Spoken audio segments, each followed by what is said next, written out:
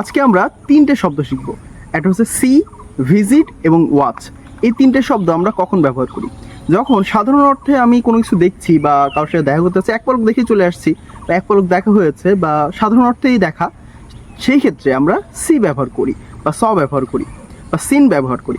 কিন্তু যখন আমরা কোনো কিছু একটানা দেখছি, যেমন আমি যদি একটা ফুটবল ম্যাচ দেখি এখন, সেক্ষেত্রে এটা ওয়াচ করা হবে। আমি যদি টেলিভিশন দেখি সেক্ষেত্রে আমরা ওয়াচ করি। আমি যদি কোনো কিছু মন ভরে দেখছি বা একটা ক্লাস যদি দেখি, আমার সম্পূর্ণ চিন্তা চেতনা ওই ক্লাসের ভিতরে যাচ্ছে, সেক্ষেত্রে আমরা ওয়াচ ব্যবহার করি। আর ভিজিট কখন ব্যবহার করি?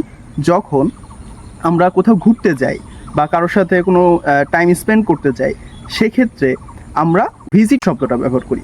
তো আমরা একটু দেখি, যদি আমরা একটা সেন্টেন্স দিয়ে বলি, আজকে ঈদের সময় আমি এখানে ঘুরতে এসেছি, সেক্ষেত্রে আমি বলতে পারি I am visiting, watching and enjoying the natural beauty.